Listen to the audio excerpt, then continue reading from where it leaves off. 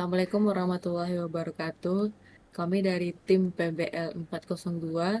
Pada kesempatan ini, saya akan menjelaskan adaptasi teknologi speech recognition pada proyek PBL kami, yaitu Binova.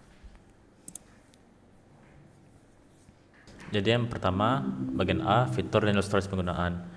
Di sini saya akan menjelaskan fitur-fitur utama dari tools yang digunakan, yaitu Assembly AI. Jadi ada fitur-fitur utama dari Assembly AI, yaitu adalah yang pertama speech to text real time, kemudian speaker diarization, automatic punctuation and casing, multilingual support, dan audio intelligence. Kemudian ilustrasi sederhana penggunaan Assembly AI dapat digambarkan seperti pertama, pengguna membuka aplikasi atau website yang terhubung ke API Assembly AI.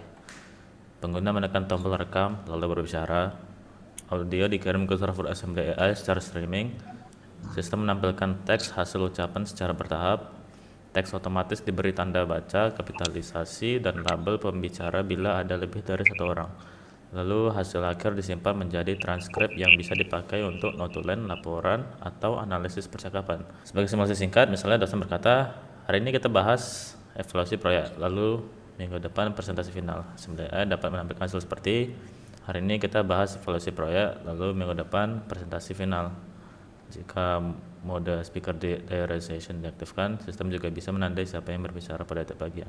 Lalu untuk analisis performa, seberapa cepat sistem ini sebenarnya dirancang untuk streaming transition dengan latensi yang cukup rendah, menggunakan WebSocket dan latensi streaming di bawah 300 hingga 600 milisekund, sehingga cocok untuk penggunaan real time seperti live captioning ataupun meeting transcription. Lalu untuk hasil keakurasiannya, performa assembly AI cukup tinggi pada real audio, akurasi bisa mencapai sekitar 94% untuk berbagi bahasa. Ini menunjukkan hasil transkripsi cukup kuat untuk tugas akademik maupun aplikasi produksi. Selanjutnya, pada bagian ini dibahas bagaimana Assembly AI menangani berbagai kondisi input suara seperti accent, noise, dan kecepatan berbicara.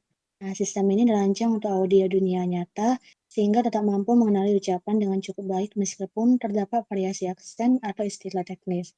Dalam kondisi lingkungan yang bising, performanya juga relatif stabil dibandingkan tools sederhana, meskipun kualitas input seperti mikrofon dan gangguan suara tetap mempengaruhi akurasi. Selain itu, dari sisi kecepatan berbicara, Assembly AI ini cukup adaptif untuk kebutuhan real-time transcription, namun kesalahan tetap bisa terjadi jika artikulasi tidak jelas atau terlalu cepat. Nah, untuk mengatasinya, tersedia fitur confidence score pada setiap kata sehingga hasil transkrip dapat diperiksa kembali dengan lebih mudah. Baik, kemudian di sini adaptasi ke proyek PBL, yaitu pada dashboard web monitoring Binova, teknologi ini dapat digunakan sebagai fitur navigasi berbasis suara. Dengan fitur ini, administrator tidak perlu lagi mengklik menu secara manual, tetapi cukup menggunakan perintah suara untuk mengakses informasi secara real-time. Contoh penggunaannya, admin bisa mengucapkan tampilkan status kapasitas bin untuk melihat tingkat kepenuhan atau lihat notifikasi terbaru untuk mengecek peringatan seperti deteksi gas berbahaya atau kapasitas yang sudah melebihi 90%. Selain itu, perintah seperti buka halaman manajemen pengguna atau pergi ke grafik sensor juga bisa langsung dijalankan oleh sistem. Fitur ini dapat diimplementasikan menggunakan Web Speech API pada sisi front-end, sehingga dashboard menjadi lebih cepat, interaktif, dan efisien dalam proses monitoring. Oke, selanjutnya menjalankan script speed to text di lingkungan lokal menurut analisis. Jadi apakah instalasi dan setup berjalan lancar? Secara keseluruhan, proses instalasi dan setup berjalan dengan lancar. Semua tahapan bisa diselesaikan tanpa ada kendala teknis. Dan sistem juga dapat langsung digunakan setelah konfigurasi awal. Lalu untuk seberapa akurat sistem mengenali suara yang Anda ucapkan untuk bahasa Indonesia, sistem mampu mengenali suara yang cukup akurat dan bisa transkripsinya dengan yang sesuai apa yang diucapkan. Namun untuk penggunaan bahasa Inggris, akurasinya terlihat menurun dan beberapa kata tidak terdeteksi dengan tepat. Ya, lalu apa tantangan yang ditemui? Untuk tantangannya sendiri itu ada pada kemampuan pengenalan multibahasa, terutama pada beralih ke bahasa Inggris yang sering menghasilkan kesalahan. Selain itu, meskipun ada sedikit gangguan suara di sekitar, sistem masih cukup stabil untuk mengenali input suara. Baik, langsung saja lanjut ke demo. Berikut adalah untuk struktur foldernya.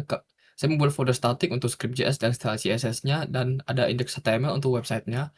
Lalu ada Python-nya ini untuk konversi dari JSON. Lalu next, ini adalah aplikasi speech to text-nya. Saya refresh dulu. Nah, ini bisa mulai welcome, saya akan demo langsung. Saya suka makan burger dan TRPL.